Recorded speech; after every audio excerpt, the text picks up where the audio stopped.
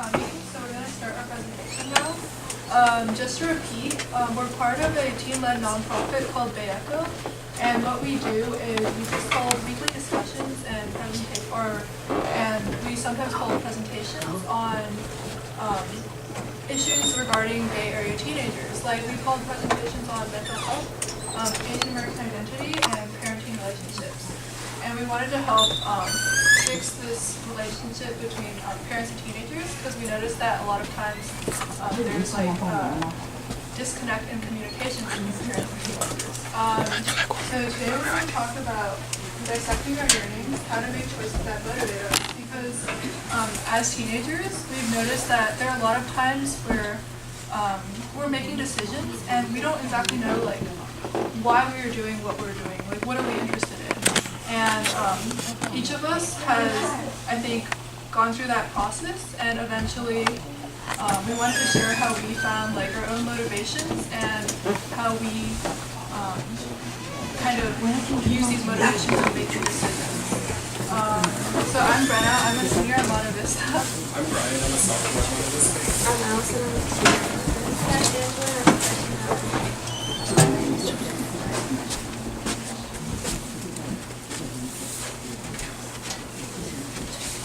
So to mention again, basically we wanted to share our perspectives on how we gradually discovered our own motivations and how we use these motivations when making our decisions. And we wanted to use this to help parents and teenagers understand each other better and work together. And so we noticed there was a common problem that was affecting all of us, and that's at some point in our lives, we felt as if we've been doing things without understanding why we're doing it. And this really shows itself, especially when kids may seem like they don't ever want to do anything. Parents can ask, why are you motivated? And it may even seem as if parents are more invested in the children's future than the child is himself or herself. And it's just a really frustrating situation for both the kids and the parents. So we hope that by sharing our experiences, we can address this problem and hopefully figure out some solutions together. And so we're going to start with sharing some of our own problem experiences with you. So since I'm a freshman, I just started out high school. Especially in the first semester, I've really been figuring out the way high school is going. And I've noticed that a lot of peers around me care about their grades a lot, especially at the school I go to where it's very competitive. If a few people strive for those A pluses or 100s, everyone else goes for the 100s too. And sometimes they don't know why they're doing that. They don't really know their desire to learn, but they just see that other students are getting 100s and they have to too, so they feel obliged to go chase those high grades. And I have a similar example of how this has happened at my school. So if you guys have heard of Dissecting, which is a programming competition, basically one of my classmates last year did really well in it, and he got to the training camp, which is like the top 20 kids out of the nation. But what happened was a lot of my classmates this year saw that he did really well, so they also tried to participate, and they mainly did it not because they were really interested in computer science, but because they wanted to get like a similar award. So even though like a lot of people can do it because they're personally interested in it, these classmates were doing it because they saw someone else who did well, and they just kind of wanted to have the same glory.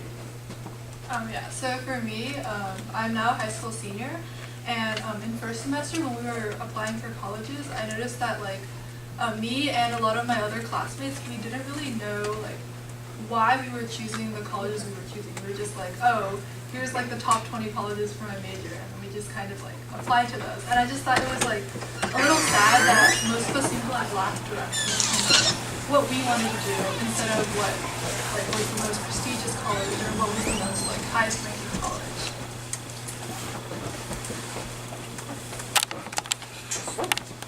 So we have a few questions for the audience.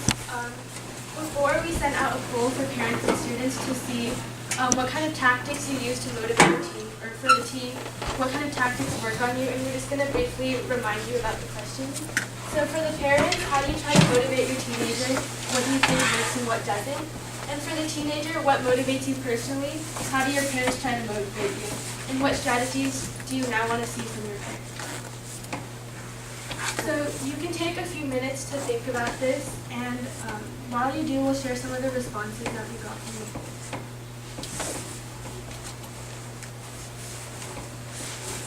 So we noticed that parents really trying to encourage competition with their peers or set short and long-term goals to get them actually to be achieved. And from the teenagers, we saw that competition from peers wasn't really that effective of a strategy. And what they really wanted to see was encouragement and celebration for their achievements and positive feedback on the work that they've done. And so we also want to share a couple of our experiences with these questions as well. Previously, my parents, they also tried to compare me with peers, and I soon discovered that this tactic just didn't work for me at all. I never felt motivated enough to make friends. But what I found did work for me personally is kind of the situation of compromise, where, for example, if I wanted, of course, as a high schooler, there are things that I need to do that I might not necessarily want to do, such as take the ACT, take the SAT. But I soon discovered that if I could compromise with my parents, I said, if I take this many practice tests and I get above this score, then I can go to the, say for example, school dance, which is something that I want to do. And yeah, I know while this tactic may not seem like the best one out there, it's one that really works for me, and that's kind of the message we're hoping to share with you guys. That it might not be kind of the one-fits-all solution motivation tactic, but it's really what works for you, you as a student or your child best, and what fits them personally. So something that I've noticed is common around my classmates and I is that usually parents tend to lecture their kids. And what this means is that, like, if their kid is doing something wrong, like if they're staying up really late until like 3 a.m., then the parent will like shout at them or sometimes like just tell them that this is completely wrong and like this is the reason why it's wrong. But sometimes that's not as helpful because usually kids do know what is right and what is wrong. So usually like a kid does realize that sleeping really late does not help him and is not healthy. But the problem is that they might not have like a very strong self-control. So maybe if the parent sits down with the kid and like thinks of a solution together, it will be more helpful than just saying what is right and what is wrong. Yeah, to add on, like I really dislike when my parents lecture me all the time. I feel like not only do we just like usually ignore that advice, sometimes it like sparks us to rebel or like disobey them. So what my parents sometimes do on like small matters, not big matters, is like they let me try it out, what they know is like wrong for myself, and then once I fail, they like tell me like what I should have done instead. Like because usually afterwards I'm more receptive. Like for example, if I like pull an all-nighter on a test and I like bomb the test, then usually afterwards I'll be more receptive to like, oh, I did this wrong, I should do this instead.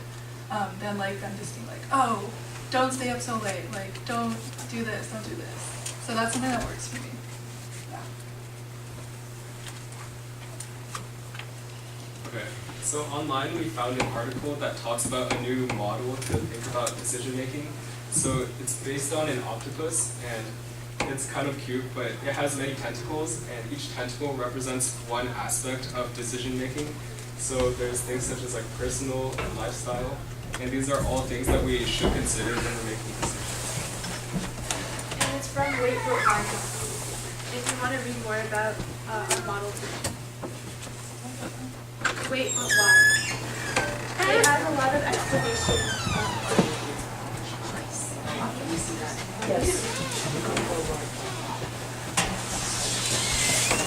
So the first tentacle we have is the moral tentacle. And this one, especially in our community, is often overlooked. This is a tentacle that really takes responsibility for other people's needs and really puts their needs in front of their own sometimes, which can sometimes conflict with other tentacles. But this is the philanthropist tentacle. They really care for other people's well-being. And this is an important factor for decision making. For example, like a firefighter who risks his life every day to save other lives. But this may not be the most important tentacle for you, but it's also an important one to think about. So the next tentacle we have is a lifestyle tentacle. And this is the tentacle that wants to play video games. It wants to hang out with its friends. But most importantly, it wants what's best for you, and sometimes that is to take a break. And so, especially right now, as we are all high schoolers, it's a lot harder to prioritize this lifestyle tentacle. As Brenna says, oftentimes we might stay up all night studying for one test versus getting the healthy 8 hours of sleep that we all should be getting. But it's important to note that even in the future, as we're making these constant life decisions, what career do I want to go to? What kind of college do I want to go to? It's really important that you keep this lifestyle tentacle as a priority in your mind, because obviously health kind of outweighs it. Yeah, so the next tentacle we have is the social tentacle, and this tentacle is focused on other people, or more specifically, what other people think of you. This is the tentacle that wants status, respect, appreciation, and like, for example, if I think, oh, I don't want to bomb this test because it would look bad to like my parents or my friends, then that's kind of my social tentacle kicking in. And I think that this is a good way of how like parents can like have some control over their kids, because a lot of kids, they feel like they want to please their parents, so they like get good grades or they work hard to please their parents, which is in reality like the social tentacle. The next tentacle is the personal tentacle. So this tentacle has a lot to do with your long-term goals and personal ideas and passions or motivations. So basically anything that you think you do for yourself should fall under this category, and it's probably very easy to ignore this tentacle, but after a long period of time, like several years, this is kind of the tentacle that you'll be most disappointed about if you just keep on ignoring it. And the last tentacle is the practical tentacle. So this covers basic needs such as having food and having a room to stay in, but it also covers other things such as the amount of money you might make in a future career.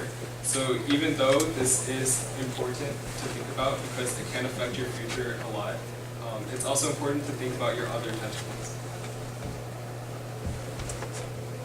And so next we want to talk a little bit about the extremes of each tentacle, which we categorize as an overindulgence or a neglect. But when we say these two words, we don't mean them in a negative way at all. Sometimes, of course, it is important to prioritize one tentacle over another, as long as it fits you. For example, we're all the children of first-generation immigrants to the United States. And when they came here, of course, their first objective was to find a practical job, was to find that job that could provide them financial security to live in a new country. But for us, as second-generation children living in America, we do have that privilege of not only trying to find a job that suits us financially, but also finding a passion that we all enjoy and we personally would like to pursue. And so that's really what our message is sharing. It's not to kind of stick all these tentacles, not to prioritize all these tentacles at once. It can be very difficult trying to juggle them all. But it's finding that order of tentacles that really suits you personally. So I'm going to briefly elaborate on the lifestyle tentacle.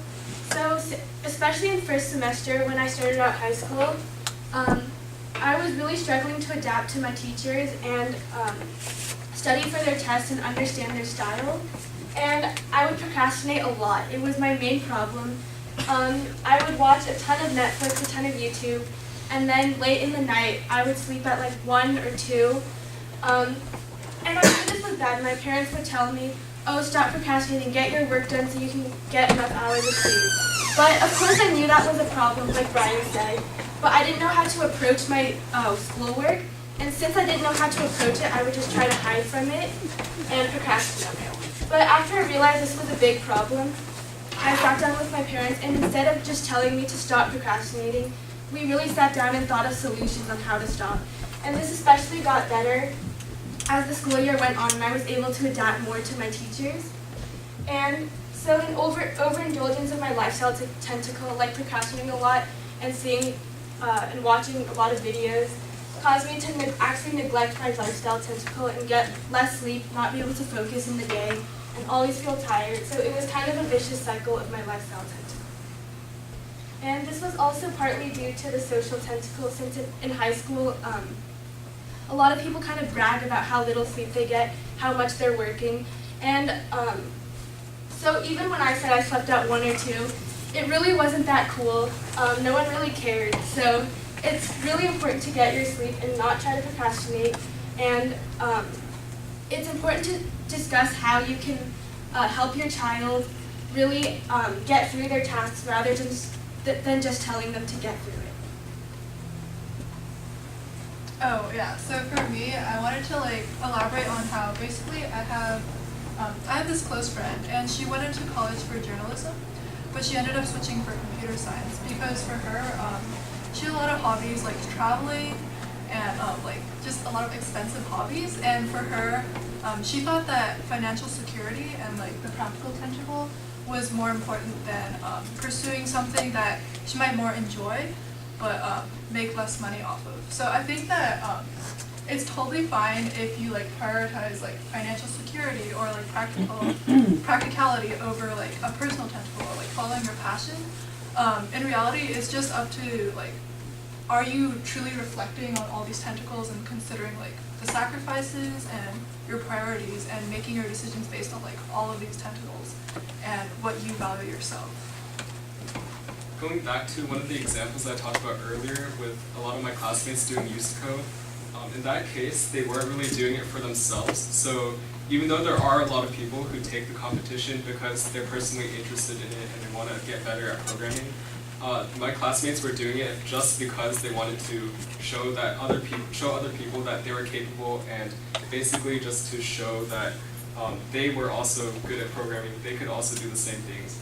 So in that case, they were doing it to please their social tentacle rather than, say, their personal tentacle. And even though some people think that that's okay, and if you understand this, it probably is okay, they weren't really reflecting, so they might have been doing it for the wrong reasons. And so Brian's friend's example is an example of what we like to call imposters, where the person who's motivating you is not yourself. So in his case, how we like to address these imposters is to ask ourselves, why are we doing this? And in Brian's friend's case, they did ask themselves why they're doing this, and their answer was, because I want to get to camp like my other friend did. Then that's an example of an imposter. That's not themselves. That's not like the students motivating themselves. On the other hand, if another student wanted to do USICO and they're asking themselves, why am I taking it? And their answer is really because I want to better my computer science skills and because I want to become an engineer in the future, then yeah, that's a perfect example of making a choice that really motivates yourself. And so for me right now, as a high schooler, a junior especially, I'm really faced with that decision of why do I want to go to college? Why do I want to go to a prestigious college? Of course, everyone wants to get into one of the top 5. But if I ask myself, why do I want to get into this prestigious college, and my answer is because I see my friends are getting into there, because I see my friends getting into them, because my parents want me to get into them, then really there's no source for me to motivate myself to try to get into these colleges. Whereas if I ask myself, why do I want to go to this college? And my answer is because they have top-rate research programs, because they have really great housing systems, they have great clubs, they have lots of job fair opportunities. That's the reason why I want to go to college. And I'll feel much more motivated to work hard to get those high SAT scores in order to get into college.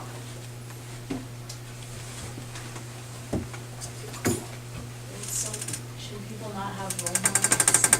So role models, that's a good point. Role models, of course, are really important. But the reason why you have a role model is because you want yourself to be as successful as them, right? And that is still a choice that's motivating. That's you, because you do want to be successful. Wait, I feel like, so this slide was mostly because you feel that a lot of times parents try to push on their own desires onto their children. Like, for example, a parent will be like, oh, you should get into an Ivy League, you should do this, you should do that.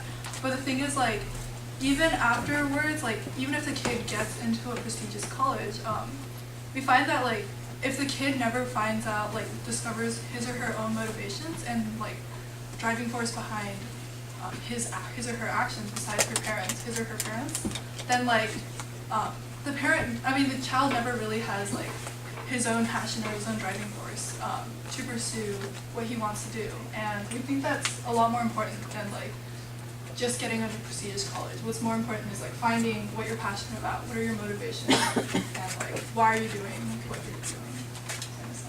And an imposter isn't necessarily a bad thing. We just want you to make sure that you know if it is there, that it is there, and if that's okay with you, then of course that's completely fine. But we just want you to know that an imposter could be there behind your decision. So it can sometimes prevent you from making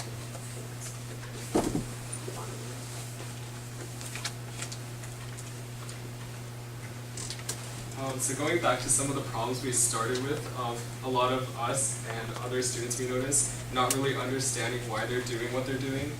The first step to fixing this is to self-reflect. So we gave one example of a way to think about your decisions using different tentacles. So if you go through all the activities you do in your life and what you spend your time on, and you think about how that satisfies each of your kind of aspects or tentacles of what you want, then you'll easily find out what you do that you might not need to do or that you don't really think matters, and what you think you should spend more time on maybe.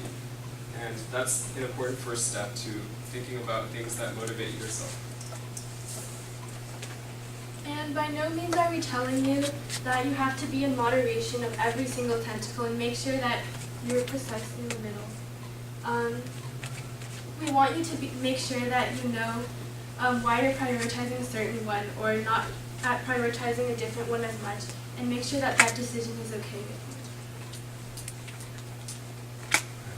And then it's also important to have a discussion with both the parent and your child. So instead of having like a parent that just talks at the child and just says what's right, what's wrong, or what they think the child should be doing, if you both sit down together and you go through all your deadlines, all your activities, you can make a lot of compromises and you can be on the same page about what your child wants, because ultimately it's the best case scenario if your child finds something that they themselves enjoy doing and they can motivate themselves to do, rather than always like needing a parent to motivate them or just having a parent that tries to motivate them. And so we want to end kind of with two stories. The first story is a student who got into a really prestigious college. This is my example, where he wasn't motivated by himself. He wasn't really sure what he was doing there. And so when he graduated, he's just living at his parents' house, and he doesn't really have kind of a drive to do anything beyond that.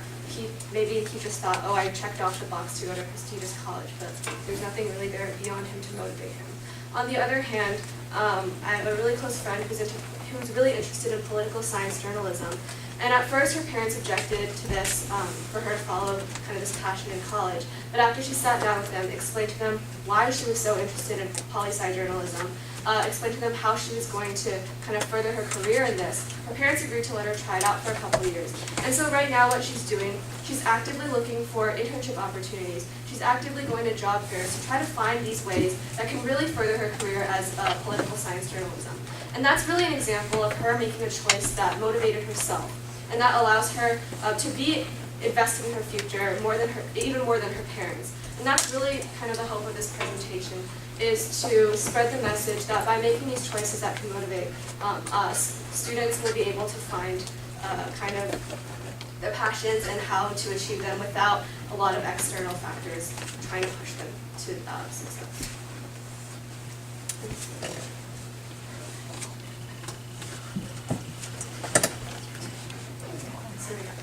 Yeah.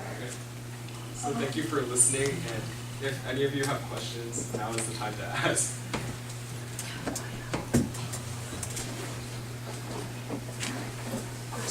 Can you share something about your own passion and how do you find it? Yeah, so for me, at least in high school, I did a lot of, I did tutoring after school, and I took a job as like a tutor and teacher assistant after school, and I realized that for me, I really enjoyed working with kids and like working with other people and helping other people, and like in general education. But also, I think that computer science is pretty fun, which is pretty generic, but I think that I enjoy computer science. So for me, I'm looking for like a medium between computer science and education, like maybe a tech job at like a college in the future, or like working at a tech startup regarding something in education, because I really enjoy education and computer science personally.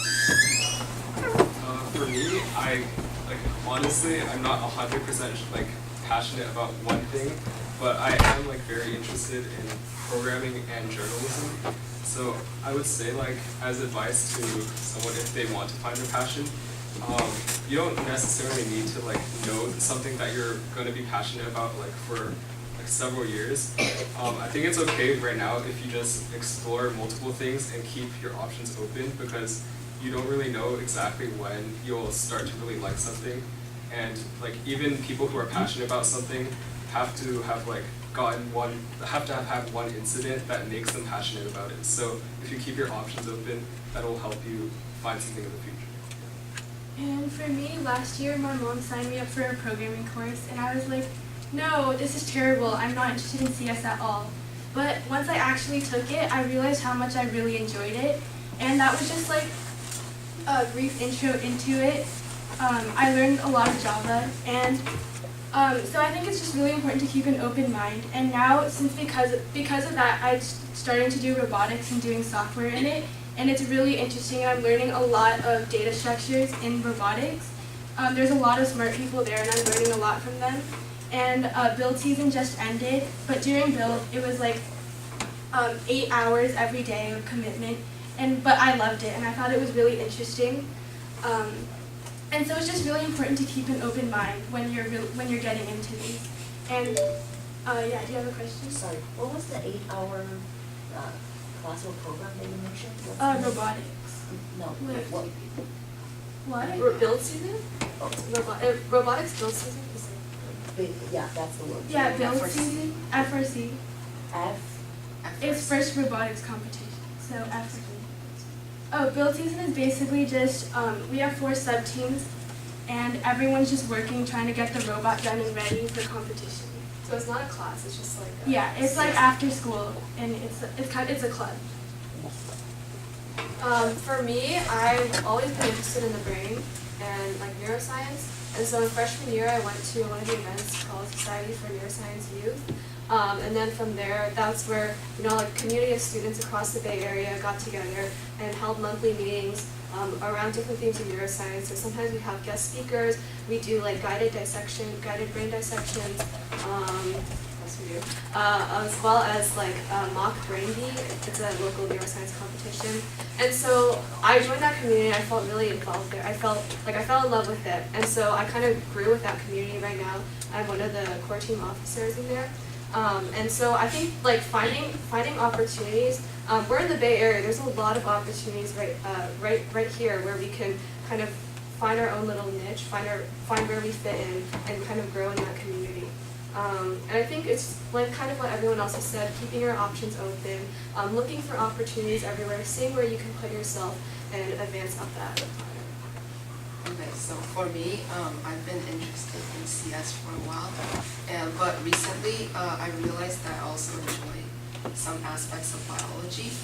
And since for a lot of people, the problem with biology is that it requires lots of memorizing, but I realized that that wasn't as much of a problem as I discovered. So coincidentally, I also realized that even though computer science and biology are completely different things, there's actually still like overlap between them, and you can actually still like get like a job where it has like half this and half that, which is like stuff like biotechnology and stuff like that. So basically, what I'm trying to say is, if you have like 2 passions, not like just one, you will always like find like some job that will like combine together. Of course, we're all still high schoolers, so our paths are very open. We can't say that for certain, like I'm going to become a neuroscientist, but it's, for these questions, like they're what we're interested in right now, and it's always great to start it early. Does anyone else have any questions? Thank you for the wonderful presentation. And so all of you 5 are in the high school now. What kind of grade? Which grade? I'm saying, okay. Yeah, just now you talk about the passion, the motivation, self-driven. So I have a question for every one of you. So yeah, find the passion is a long way, and to keep it is still a long way. So when you feel faced with the obstacles, the problems, and I feel I'm lazy and I don't touch anything about that. How to pass the low value when you face that kind of problems. So what will you do to keep the passion? Good question. For me, at robotics, there's a lot of very smart people. And since I only really started programming for about a year or a year and a half, sometimes like 1 or 2 times I've definitely struggled a lot trying to keep up with like the people who have been programming since 5th grade. But I just go home, I read up on everything, and in the end I just really love like watching the robot work because of the code. is really satisfying, and that thought really just drives me forward to keep learning and being willing to ask questions to people and not be scared to. That's really important for me to just ask questions and see what I'm not that confident on and learn that and then get back into it. So for me, I think also looking at the survey responses to the questions we asked, a lot of kids say that they're motivated by their students, by their peers, and their classmates. So even though sometimes that can be a bad thing, it can also help you when you're personally not feeling the best about what you're doing. So for me, that helps a lot, because if I see my friend or one of my classmates doing something that I think I can also do, that is kind of like a bit of competition that motivates me. But also if I see, if I'm working with a classmate on a project, for example, if I'm writing an article with someone and we're working together, usually that will keep me a lot more accountable, because I'll feel that if I don't do something, if I don't finish something on time, that'll impact someone else a lot. And so that also helps me try to be responsible a lot. And also what Angela mentioned about seeing the robot complete, a lot of the things I'm passionate about can have end products. So programming, obviously there's something you can actually test out and see if it works. And for journalism, you write articles, and sometimes people read them and tell you what they think about it, and if it's positive, then you're very happy. And so that also helps a lot. For me, I'm gonna share a different perspective. As a second semester senior in high school, I feel like there were a lot of activities that I did that I didn't actually enjoy, and looking back on it, I think that I would have wished that I had dropped some of the activities that I was just doing for the resume, for the college. And I feel like it would have been better if I just focused on a few things that I really enjoyed. So if they just really don't enjoy it too, it might just not be for them. They might just not want to do it overall. And I feel like if it's something that you really enjoy, it really helps to find communities or programs, because especially for computer science, I was most excited when I was doing a program or I was working with other people or taking a class. And so yeah, just finding opportunities that keep you going. Yeah. And also if you have a passion in stuff like computer science or projects or some other things that you can visualize, just maybe thinking about the end product and the fact that it succeeded will help motivate you to make it into a success.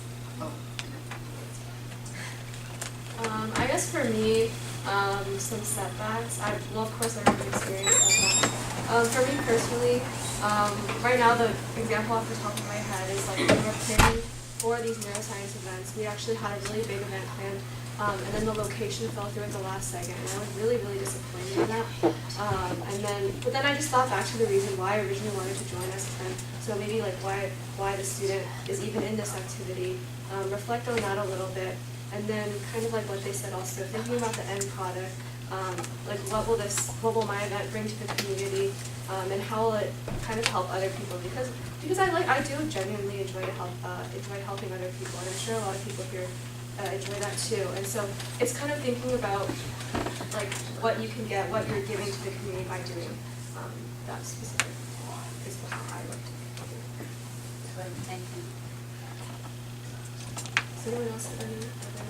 I have a quick question just for Angela. I'm just interested in which camp did you attend that give you interested in the programming? It was at my school, Harker, the advanced programming course. Oh, okay, And okay.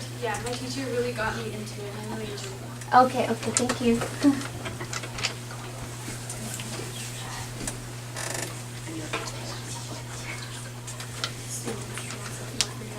I was thinking about the sort of general high school experiences, especially for the younger students. Another small question. So just now my son heard about the Harper Surgery. We heard a lot about that too. So all of you in the same school or different schools? So they're from Monte Vista, and then he's from Valley Christian.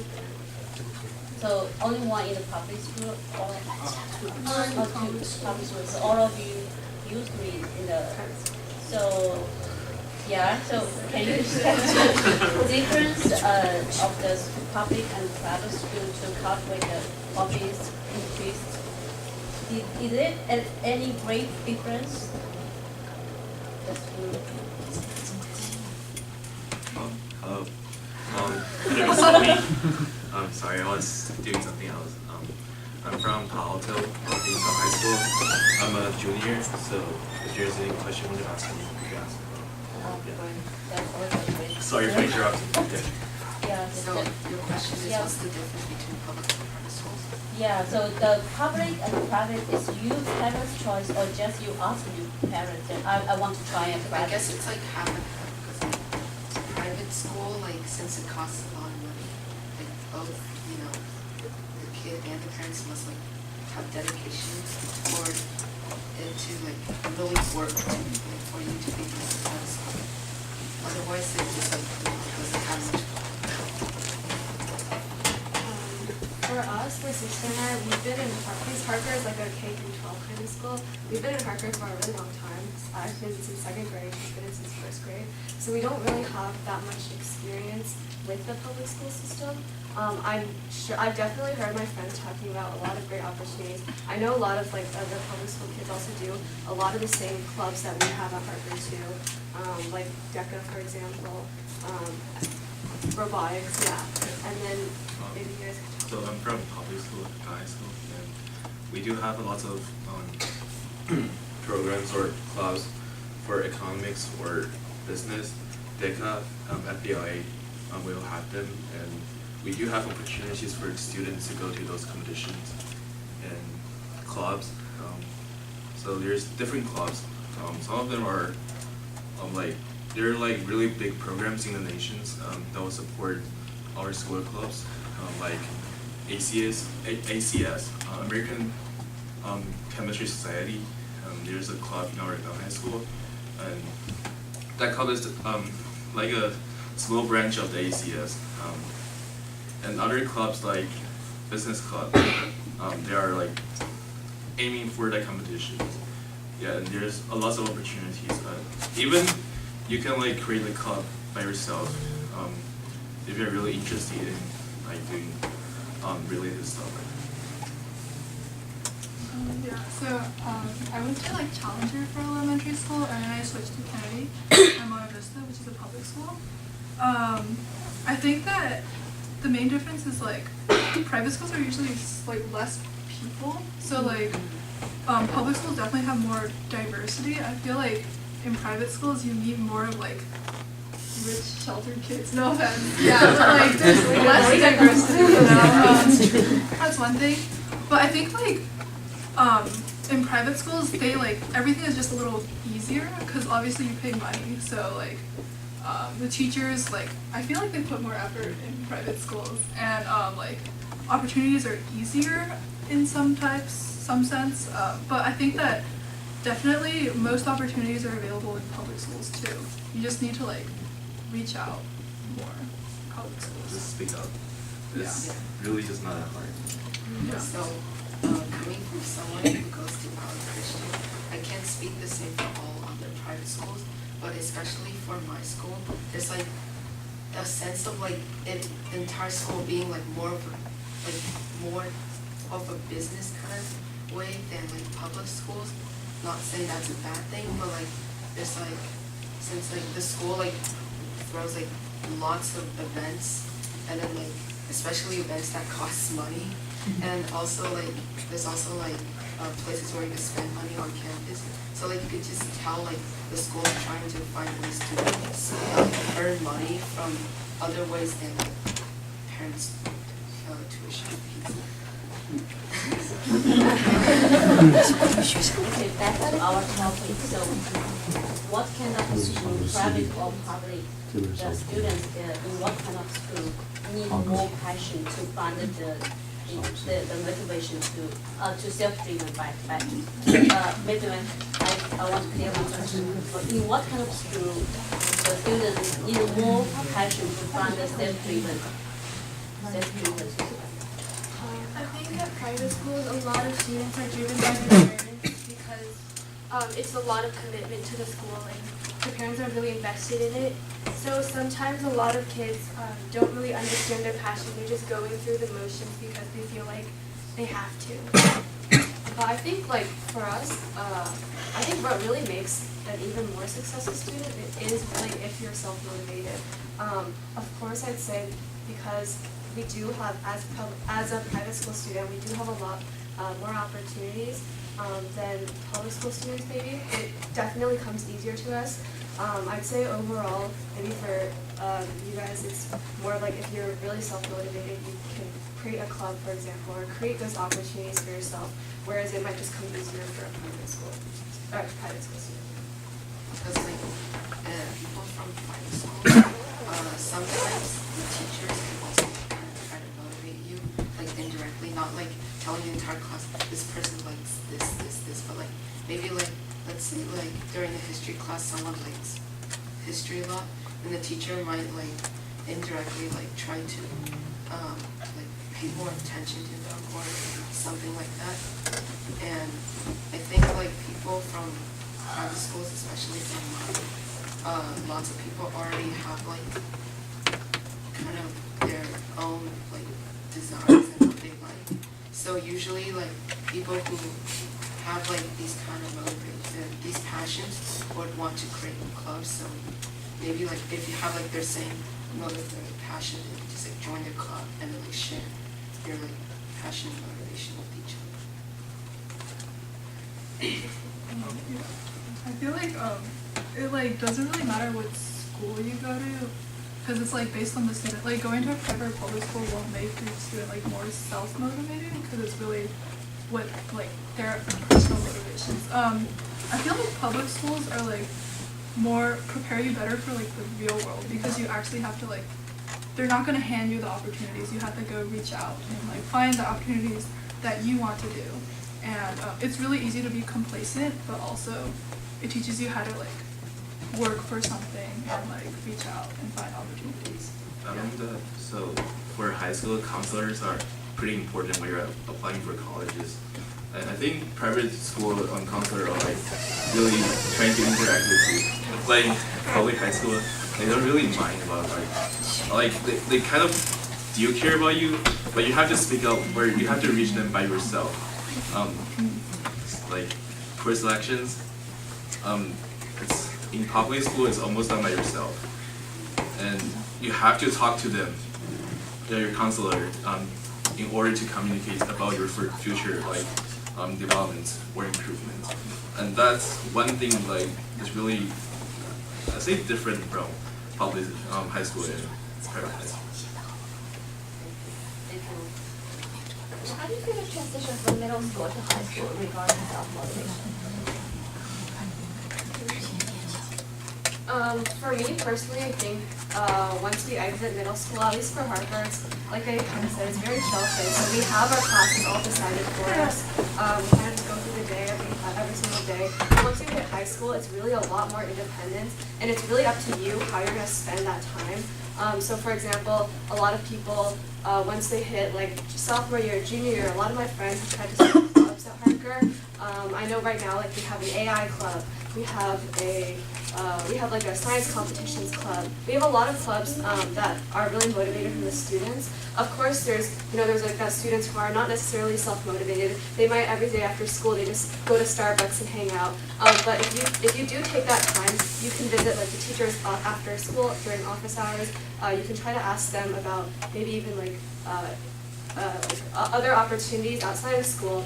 It's really up to you to take that time and decide how you want to spend it. So I think once you hit high school, it's much more important to become self-motivated, just to further your opportunities. For me, I'm really grateful that I had middle school, because I kind of used it as a trial run for high school. Of course, I didn't really know what to expect in high school, but in middle school, unlike elementary school, I really started to reach out to my teachers. If I needed help, I would go. Well, at private school, I don't know about public school, but we had like a dedicated extra help session where we can go talk to the teachers. A lot of people don't use it and they just hang out with their friends. but I thought it was really important to ask questions if I was unclear on something. And it really made me more self-driven to actively reach out, because my parents couldn't tell me to go to office hours or go to extra help to ask more questions, but I really had to get it for myself. And those skills that I acquired in middle school and practice were really beneficial for high school. So for me, since I came from a private school, the transition between middle and high school, I think when you hit high school, you have like a little bit more freedom, so you can like explore your passion a little bit more. And because like for my middle school, the teachers, they like give you like they choose your classes for you. What is your middle school? Valley Christian. Middle school? Yeah, I went. But like the teachers, since like the people who pick your classes don't really know you, they just pick your classes based on your grades and based on everybody else. They give everyone else like the same like A classes. But like if you have better grades, they may give you like an honor class or something. But for high school, you choose your honor classes and like your AP classes. And also if you have like the same passion as someone else, then one of you guys might start like a club. And then if a club already exists that falls in line with their passion, all you need to do is just join them. So I think there's like more freedom to explore your passion in middle school.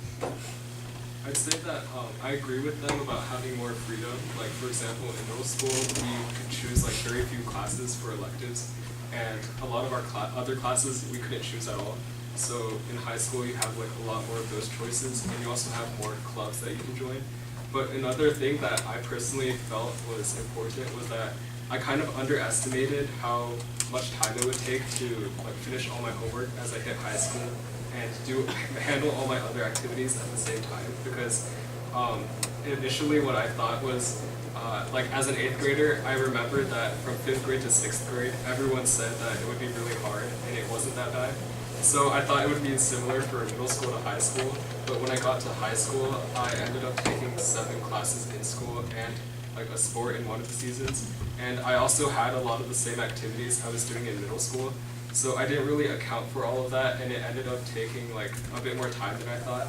So it's also important to consider like what you're doing, like everything that you're doing, and make sure that you're focusing somewhat on things that you think are important.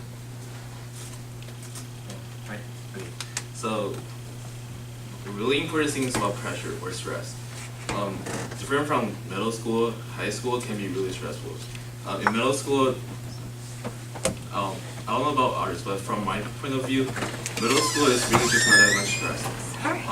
When I reach high school, the things that I don't really know about is how to deal with my stress, how to communicate with your with elders or your teachers or your parents. That's kind of hard for kids, because for kids it's really hard to tell what they're thinking or what they're experiencing or what they think is really hard and they don't really feel good about. And that's kind of like a problem, because once you go to junior years, like what I'm experiencing now, it's extremely stressful. And you want to constantly talk to your parents about like whether to drop in class or stop an activity, or maybe just like give me some time to, or give yourself some time to cooperate with what you have right now. In Gun High School, there was some really extreme examples. I think some of you have like heard about it. It's like someone committed suicide. It could not be about academic. It could be something personal. But the things that really bother is that you don't want to let that stress like just make yourself collapse. Because high school is really just one point. It might be a really important point in your life, but it's just one point. You want to carry whatever you have like right now on, and just try to become a better person. Because whatever you have like as a failure right now doesn't really mean that you will be a failure as a person in your future life. So for kids, communicate with your parents, with your teachers. It matters a lot for parents or teachers. Sometimes spend more time thinking about what your kid is experiencing through. because it really matters a lot. And yeah, good luck. So mainly for me, the transition between middle school and high school, mainly the biggest problem that you notice is that you get like less time and more homework load than like you have in middle school. For me, when I was transitioning between elementary to middle school, the biggest problem for me was like getting used to like this weird new course schedule that has like 8 teachers. Since like I think most elementary school only has 1 teacher. But like mainly from middle school to high school, your teachers expect more from you, and then they usually won't collaborate like not that much with each other because like this is like because like you chose the courses and you didn't tell your teachers that you have the courses that you chose. So usually like in middle school, if like this teacher has like a test on this day, then maybe some other teachers will go like, oh, since you're having a test on this day, then I guess this week I'm not gonna have a test. I'm gonna push it next week or something like that. So then it gives you time to like actually prepare for each one of them and do well on each one of them. But in high school, the teachers don't really care about that. So then you might get like 3 tests in one day, and then like, or on top of all of your homework load. So that's usually just like is really. Speaking of homework load, can I get like an approximate like per day? I mean, it really depends on what classes you do. Yeah, cause like if you take like all honor classes, like you could, the homework load is pretty high. Like I would say like maybe like 2 to 3 hours. That's for me. But like if you take like I don't know, all normal classes and not take any honor classes, then the homework load I think is like maybe around, well not for me, based on people that I know, maybe like around 1 hour or 1.5. Yeah. Total. No, per class, then you never run how many times. Yeah, also, a lot of people have really bad time management. Like, they'll like play games while doing homework and stuff. So like, I feel like a lot of people could finish their homework faster, but they like multitask and stuff. So don't do that. Yeah. Just It makes don't it try easier to to say, hard to do. Yeah. I mean, like for what we do, we usually like set up like homework and class specific group chats. So then like if someone's like, oh, I don't know how to do this math problem, then other people from the same class will go like, okay, here, let me help you. So. Really important thing about being a high school student is that you want to have a list of what you do. Because in high school, there's like plenty of bunch of stuff that you have to do, and those are really important. So try to create a list of what to do, like where it's really like just like emergency or long term. By creating those lists, you will have a better understanding of what to do. And humans are not machines, so you will constantly forget like what to do. For example, you have a big task right now, and then you are playing games. Playing games. The due date is getting closer and closer and closer. You are constantly ignoring the fact that you have a big task. And then the one day before the task, you say, oh my god, crap. And you have to make up, you kind of like wake up, you have like keep up to probably like 4 or 3 a.m. That's what I did. You have to finish that essay or that project. How many hours you play the game a day? Oh, I was doing something else. Like, I really like reading novels. So, I was like reading, and then I figured out that I have something to do. I was like, okay, oh my god. So, write down whatever you have. I mean, I don't really like to procrastinate, but the thing is that I can really just easily like forget what to do at some point. And then maybe like after 2 or 3 hours, you just realize that you have this whatever stuff to do. So, really clever tips of being successful in high school is really just create a to-do list and yeah, be organized. For me, sometimes, or I usually make those lists a lot, and then after making the list, I'm like, okay, I've worked, and then I go back to watching a video or something for like 2 hours. So I have the list, but it's not done at all. So I think it's important to label the priority for your list and do a task before you go back to watching the videos or playing the game. So for me, at my school, because it's Valley Christian likes to to spoil it, students. The teachers publish their lesson plans on the website, so you could just check on review on what you did and what the homework is. So this is mainly so that if you miss a day, then you know what happened during class, and you know what homework was assigned, so you don't come in the next class and go oh, I didn't know the homework. Well, I get a 0. But also another point is a lot of people in my school like playing Fortnite and Brawl Stars, and it can be really annoying when you're working and someone's just hey, I want to play Fortnite, and then that could be you need to say no, because once you start playing, you just can't stop. I know from experience. Huh?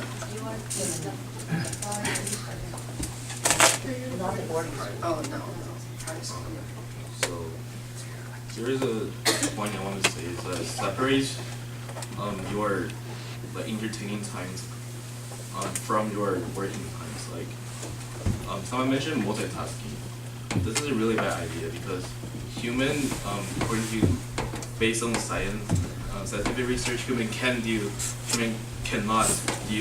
multitasking. So whenever you're doing multitasking, you're just doing your homework for a while and doing other stuff for a while, and then doing homework for a while, doing other stuff for a while. This is extremely time consuming, and this is extremely not efficient. So separate your work time from your entertainment times. You do work, and then you play. For parents, let your kids try to relax for 30 minutes apart from 2 hours. That's fine. There's no problem with it because we're all human, right? So I don't know. That's an assumption. So we will all get tired. I don't know. Okay, sorry. We'll all get tired from focusing on one task. We'll all get bored. We'll all get tired. So just let your kid relax for 30 minutes. And then first, I don't know, maybe your kid cannot control yourself, so help them. But time after time, they can actually start to know what to do at specific times. For example, I go home. I do my homework first, and then after 30 minutes or an hour, I maybe relax and I watch, I don't know, Netflix, YouTube, or I play some game. And then you do your work. And then you play games. And then you do your work. That's you want to try to have a system in yourself that know when to do and what to do. And that system will help you to achieve your better self. Because high school students, the worst case is that you don't know how to control yourself or how to manage your times. That's a negative system. You're really just making yourself going downward, and that's what we're trying to prevent. So either you try to create a positive system that's helping yourself to go better, or your parents help your kids to build that positive systems. The one thing is that game is not bad, but I don't know. Long terms of gaming is bad. That's true, but prohibiting gaming or relaxing or entertainment from students is also bad. There's you have to just control or try to manage that time, and yeah. So your homework load is before you worry about homework load for those who haven't started high school yet. It's really important to know what courses you want to take, because obviously courses are different. But biggest mistake that I think everyone might make is just take all AP classes and not care about anything. That's not what you should do, because you're probably gonna just end up burning yourself out within the first month of school. But the other mistake is a lot of people that I know would just go to the easiest classes and just take all the easiest classes, and that's that's also obviously not a good thing to do. So it's really important to find like that balance in the middle, and you also have to know like how much can you actually do, how efficient are you before you take those classes, because once you take those classes, it's really like difficult and maybe annoying to like change them, because you have to go through like this entire process and stuff like that. So just like have like discussions and review like all of your course schedules before you like submit it as final, because if you just blindly pick them and like send it to like whoever's making sure what classes you're taking, that's good. You're gonna end up regretting it later on.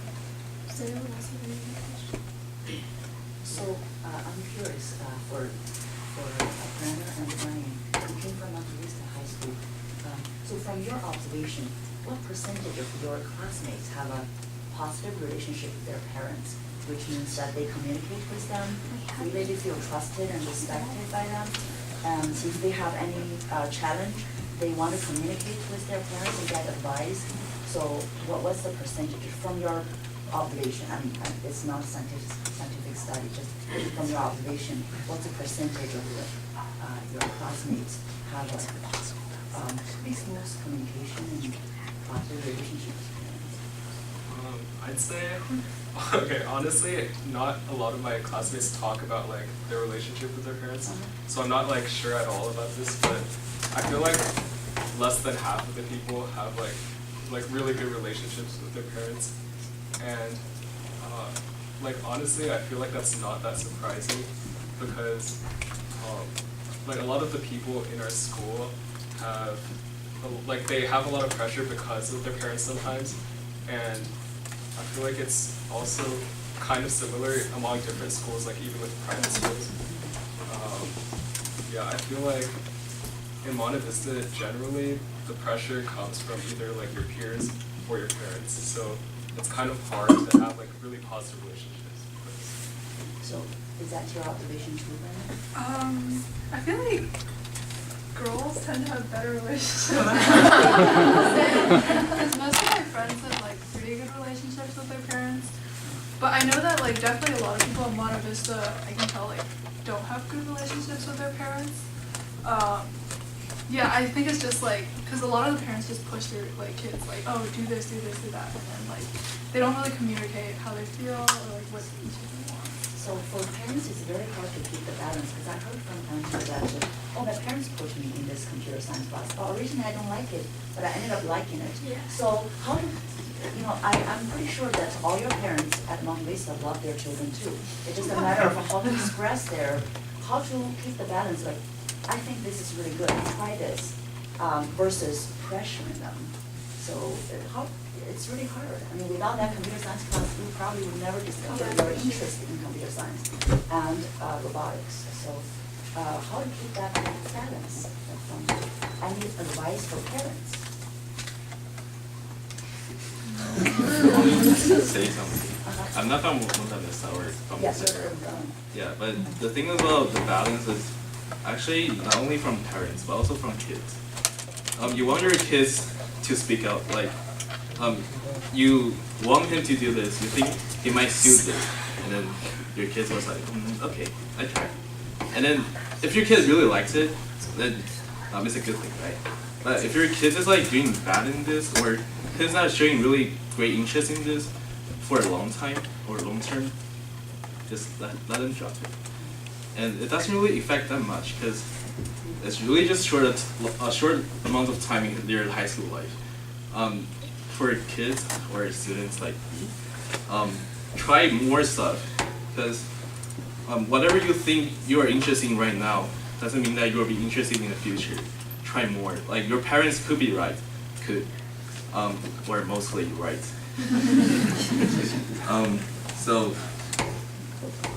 But like, just try to oppose your parents doesn't mean that you're an independent person. Your parents they experience more, so listen more to them, even though they could be wrong. But that's after you really communicate with your parents about what you're capable of doing or what you don't really like. Yeah. So I think I think most parents would agree with me on this, but like I think all of what you guys are like scared of is like to like invest in like say computer science or whatever, some kind of type of like thing and then on your child, and then like for like 2 or 3 years and spend like thousands of dollars on it, and then at the end just like have to drop it because like they lose interest. I think because like that's like a lot of money just wasted. So like I think so like what's really important is that if like your kid wants to drop something, just drop it, even though like it might be like really beneficial. Well, unless it's like something that's like a necessity, like school or something. Other than that, if it's like some extracurricular stuff, like what, like musical, like or piano, yeah. Just if they like just want to quit it, then just quit it. But like but like when they're joining something, what you want to do is you want to ask them like, are you sure you want to do this? When they like show interest in it. And then after that, like 2 or 3 years later, if they want to drop it, then you can like remind them. They'll like say like, oh, remember how you said you showed interest in it within this when I asked you? And then like maybe that'll like make them think like, maybe I still want to do this. Just like a suggestion. Do you have any suggestion for the parents to how to communicate with you or motivate you better? Maybe like ask them what they want to do, and then like if like they say, oh, I like biology, don't like say, okay, now you're doing computer science or something. Or like if they like biology, then maybe say something like, oh, do you like some other science stuff, or maybe figure around where do you know their passion. Like maybe like if they like biology, then like they also like chemistry, something like that. Don't like just like immediately just like throw something completely irrelevant. And say, okay, you're doing this now.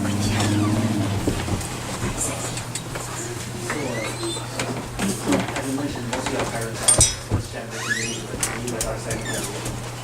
Do you ask your parents decisions in general, like since they come from a totally different background from you, they may not understand you, like do you in general ask your parents like for their decisions and their like and their attitude toward life? I mean, if you think about the way they think, like maybe that could help you to trust them more, like as kids. Like if you could think like how, like if your parents like give you a suggestion or something, like maybe try to think like, I guess the question is, would you rather be left alone, like your parents just support you when you ask for support, or you want kind of your parents proactively supporting you? Like how much proactivity you are looking for from your parents? Like, do you want your parents to, constantly approaching you, soliciting for help, or you guys are okay, like by yourself? Like, how much help is too much help? I definitely really appreciate my parents' proactiveness. I think it's really important, and it really shows me that they really do care about my future. And I'm really glad that they've supported me and are proactively like helping me find ways to discover my passions. I think too much, maybe if you're really not interested and you list out your legitimate reasons why, but they still don't listen, maybe that could be an extreme. But generally, I really do appreciate their proactive. What about boys? So like really, I think the scale of parents helping people like proactivating their kids. I think the extreme would be like the parents like basically controlling their kids and telling them this is what you need to do to get into college or something. I'm just giving an example. But then the other side of the scale might be like the parents just like completely ignoring it. I think you need I think like there should be like a balance in the middle. And then that balance might be different for everyone, so that's like something you and your kids might want to talk about. Yeah, I think having like not having controlling parents is helpful. Oh well, yeah, but also like having proactive parents is also like very nice. So there's one thing I want to talk about with communication. So sometimes it's easy for, well, I think it might be easy for parents to like ask kids like questions, like, or say things in a very direct way. So like, maybe like, say for example, a kid fails their math test or gets like a C on a math test, and their parents like, oh, did you do well on the math test? Like if you ask something like that, it's easy for the kid to be very, like, make them feel very uncomfortable, because for most kids, I think they do care about what they do, and they do care about like doing poorly on a test. So like if a parent directly says something that like they obviously do have something planned in mind when they're asking the question. So like if a parent says, how did you, like, do you think this is a good score on a math test? The parent knows, like, they think the kid should answer, no, it's obviously not a good score. But if a parent asks a question like that, it usually makes the kid very uncomfortable, because the kid also does know, like, what they whether the score is good or bad. So I think it's better if a parent, like, if you don't do that, like say things in that kind of way to your kid, and maybe if you make it more, like kind of work more like you're a peer. So like instead of asking questions that are like that you have an answer in mind that you think your child should say, or if you have something in mind that you want to tell your child through asking your questions, instead try to be more open-minded and say like, oh, okay, like I know that you probably also think this isn't a good score, so like, is there anything you think you could, or like, is there something that we could do next time to like prevent this, or like, do you need help from me personally to prevent this in the future, or something like that would be like a much better communication.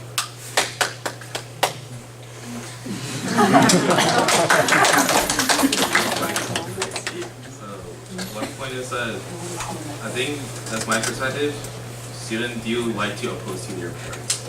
Like whether it's their advice, their comments, or maybe just their help. Because high school students tend to think that they're independent. And they, from like our perspective, being independent means that just don't listen to anyone. Just be yourself. And that's, I think for most high school students, like sometimes you guys, we really like to just be ourselves. Like whatever you say is wrong. Whatever I did is correct. So from beyond that, just don't tell your kids what to do. Rather, you can walk with them, like tell them how to do, or maybe just explore how to like do this kind of stuff with them. Just telling them what to do versus really not responsible, because we don't really know what to do when parents just tell us, oh, do this, do that. We're not that capable. We're really just not adults right now. So try to help your kids to work that way, and then yeah, pretty much that cover everything. So you don't like to listen to the parents for advices, but if parents can be there when you need them, it's nice to have. No, I was saying that students tend to oppose to their parents because they think that they're independent already. Right. But the fact is that parents have to help their kids or their children, because teenagers tend to make their own decisions, and that's always true. Yeah, that's always true. So parents, it doesn't mean that parents always make the correct decision. But parents experience more, right? And you guys know what's going on like in reality or society. And kids don't really know that. They will not realize what they're doing until it's wrong already. So parents, collaborate with your kids, but don't just directly tell them what to do. Like I have a B. Tell them you need an A. You need a straight A. Like, what can we do if we don't even know what to do? Like parents, like I give you like tutoring, okay, and you get a straight A for me. or for yourself. So that's really just not right, because I mean, how are we supposed to know? We're not like born with such knowledge. It's not innate, right? So cooperate with your kids. Like, it's extremely important that you guys know what your kid is thinking right now, because miscommunications come from the misunderstanding of both ways. Like, kids, they're not trying to cooperate. Parents are trying to cooperate, but they don't know how, and that's like a really awkward situation. So that's what I can say. Let your kids know that you're helping them, and think more. And then kids, try to understand your parents, because they do love you and they do care about you. And yeah, that's all. Yeah, I have one last question. So, you guys are all like great kids, working hard and basically aware of what's going on. But do you feel like you're working hard and have all this stress for you or for your parents or for your family? Like, why you are working so hard? I would say for all of them. So For yourself, for family? for yeah. family, for myself, also for like maybe everyone I'm related to. So yeah, that's like really generous stuff. But the thing about me is that I want to be just being positive, because when you're being done really negative mood, you're really easy to affect everyone around you. So I would say, like, this is from me now, not from the future, not from the past me, because the past me is like really the me that I'm not really favored. So if it's the past me, I would say that I think it's for parents, because it's my past parents. They tend to think that their kids can do everything fine if they just follow what they told them to do. That doesn't really work well, and I just figured it out. So the thing about for us is that, I don't know, for me is that I think the effort that I'm doing right now is not only responding to the expectations or basically the love or the caring around me, or my families, my relatives, my friends. They all like me, they all love me, they want me to become someone like better. I think doing the effort is also like telling them that you guys are doing the right thing. And it's like appreciation to everyone around you. To yourself, it's like a commitment, telling yourself that you should be responsible for whatever you're doing. And yeah, your future is always yours, because my parents always told me that after you like become an adult, after you go to society, you are basically yourself. You have your own family, and we're really just your parents right now. We can't really decide what to do. All we can do, my parents, all they can do is just care about you, like whether you are I don't know, eating well, you have a place to live, you have someone to care about, or someone to care about you. Yeah, so that's for me. Do you have any tips on like how to stay motivated? Like sometimes I go to these, like, for example here, how to get motivated, or just like something that's hard. And afterwards I'm feeling like I can do anything, but then after like the next day I just lose all the steam and go back to watching Netflix. So, Do you have any, what are your interests in? Like, not to put you on the spot, just like in general, just. And it's okay if you have no, it's like, it's okay. yes, I like playing chess. Okay. I feel like I'm working. No, that's good. I actually have a friend, I had a friend who was really interested in chess. and he went on to be like some like a grand or not a grand like an international master in chess. And then he actually discovered that like economics, for example, was his passion because he thought like for some reason economics is a lot like chess. I don't take economics, so I or do chess. But like if you can somehow really just hobby to another thing and then see like why you like it, and if you continue down that path, I think you really will find that like these different opportunities and like different kind of activities that match up with your interests. Like, for example, since you like chess, do you like logic things? Like lots of logic. Like if you like logic, maybe like stuff like, I don't know, like maybe like things like, what was that called? Debating and stuff like that, which also like use logic. Like, or like some other things that like kind of uses logic in a way that chess uses it. Maybe you might like that idea. So just like dig around and see what you can find. Also for school, you do a lot of things like that you have to do that are required courses. And like I've done that a lot too. I watch a ton of Netflix and get unmotivated. But I think it's important to bounce back and be like, just because I started, like I can start working now and then go back later. And just like get up without thinking and just do like maybe make a list and do the easiest thing on that list and get into a rhythm and then start to approach the hard things once you've done things. That's usually what I do. I don't understand what you're saying, and sometimes it's like I feel the same way. And I would say like if you have like multiple places where you can kind of get inspiration.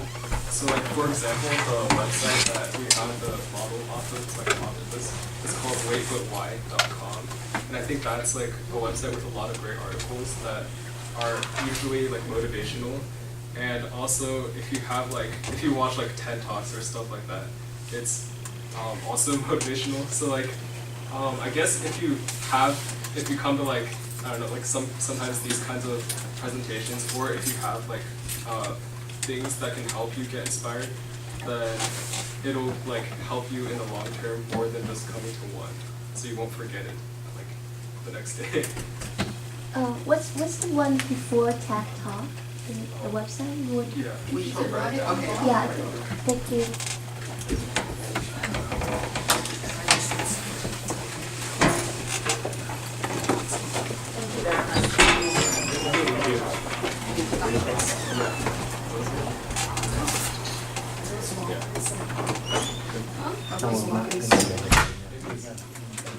Oh yeah. Maybe next time.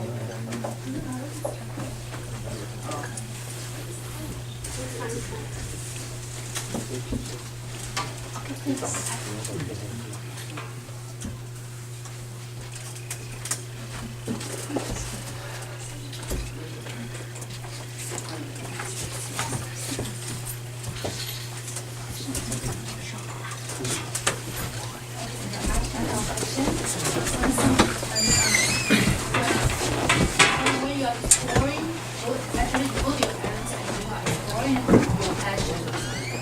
So sometimes when parents suggest you to join some clubs or some, so do you usually, what's your initial response? It's like you just close the door. Like my own experience, my kids when they go to high school, most clubs I went to the parent meeting. I heard some good things about like DACA model UN a lot. And when I go home, when I talk to them, they say no to everything. And it's not like I'm not blindly pushing things to them. I do try my best to gather information, and when they say no, they just without any evidence. So I'm just kind of curious. So what's the normal response from if your kids are repeatedly saying no to anything that you tell them, One is like you might want to ask them, why are you No reason. Oh. I just don't, They- because you tell me, so I don't want. Okay, then maybe, or you could just say, okay, then what is something that you want to do? They don't know. Yeah. I don't know. Okay, that's good. Oh, that's Okay, then, maybe like, you should like tell them, But they figure it out, okay. And then they have the reason, they say, I already have enough things to do. Yeah, So that's yeah. a lot like me, honestly. Are the parent meetings like only for parents? Because like if it's not, maybe you can bring your kid along. Because I find if it's just my parent telling me, I'm a lot more resistant than if I'm listening from people who are actually in the club and can ask them questions about it. Then I'm a lot more motivated to join. Sometimes I do try to find peers and I can motivate them, but it's not like every time I can find peers to motivate them. Yeah, because from parents, sometimes we can find, we have more thoughts to find opportunities for them, and we're gonna just let them to try it first. It's not just something you have to stay there for how long. But the frustration is the initial response is to say no. I have enough things to do. I don't. When you say B, oh, I need to do A. When you say this, I need to do that. And this happens so often when they approach and after teenage. Before that, it's okay. Yeah, we do. yeah, that's like, that's kind of like teenager. For me, that's kind of where like the whole compromising thing comes in. So, for example, like if you want your child to do a certain class, and you know your kid also likes to, like for example, play video games or hang out with his friends. There's random examples. You can say, if you try this class one time, then you can do something else. Yeah, kind of like that. And a lot of time it does work for kids because they don't want to do a class because they think, oh, like I want to be independent. My parent doesn't know what they're talking about. But if there's something there to motivate the kid at first, then maybe in the future he might not even need this kind of compromise if he understands that like what you're trying to get him to do is something that will help him. So that's, for me at least, compromise is what initially got me to start being more open. Yeah. So like to give one of my personal experience, so like when I first came to BayEcho, I thought it was kind of weird, like, and like it was kind of not relevant for me, and because like it was, no offense, but I thought it was like a lot of like senior high schooler talking about college and stuff, no offense. But like now that I came to BayEcho more and more, I realized like, oh, it's actually something more deeper than not like actually fully realizing. So like now that I like actually came to like tons of meetings and stuff, I realized, oh, okay, maybe this is actually interesting and I want to like be here. Yeah. So like basically, if you like maybe like manage to get your kids to join like some sort of club, let's say I don't know, just like a club that has some potential in it, then like maybe you could like just try to like get him to join it again and again, and maybe after like the third time, if he still doesn't think like, oh, it's like it's like useless or stuff like that, then maybe you could just like stop and then find out. Yeah, I can agree. Let them try first, and then they make decision. They don't like it. Yeah. But the reality is usually they say no before they even try it. Come to Springlight. Come to Springlight. Yeah, ask your child, and you come here first. Because now she already left. Today I brought her by boba, so she came here and now she left. And she said, I can only stay 1 hour. Okay, 1 hour is better than that. Already, ma'am, more than 1 hour now. Yeah. Yeah, more than 1 hour now. She left. She already left. Otherwise, how can I say this? I have something to add. So, I agree with like a lot of what they said, and I'm like pretty similar to your child. And sometimes like when my parents say something like, here's like another opportunity, sometimes I just naturally think, oh no, it's not gonna, like it's gonna be some really weird thing, or it's like not gonna be like really useful.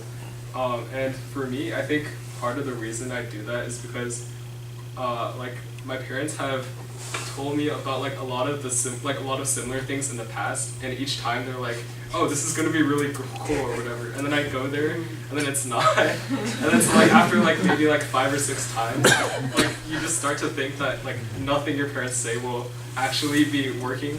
So like if it's actually something that is like different from everything else that you've told your child, then you can point out like one specific thing that separates it from everything else. Or also like if it's like a program that makes an actual result, or like for example if you're like for me, like journalism, like they actually have an actual magazine that you can take, and you have something like that you can show your child, and it will make your child curious, like, whoa, can I actually make that? Then that'll be very helpful in convincing them. Cause like a lot of times when like, since I also have like these kind of like I can see what you guys are talking about. So like a lot of times when like your child is like joining like some other stuff, like I think you guys would just say like, oh, this thing's good, this thing's wonderful, this thing is beneficial, this thing is cool, and this thing is blah blah blah. But like if you actually want your child to like join like something that you actually like really think like, oh, this is actually really good, I think you might want to put like more emphasis to it when you're talking about it to your child. Like maybe say like, all right, I really want you to join this, and then maybe like give some reasons why you think it's good, and then like just make it be serious. Because if you like just say like, oh, this is good, this is okay, this is whatever, then like as time go on, your child will go like, oh, yeah, I guess it's not that good if my parents are saying it like that. So yeah. Thank you very much for sharing. Thank you. If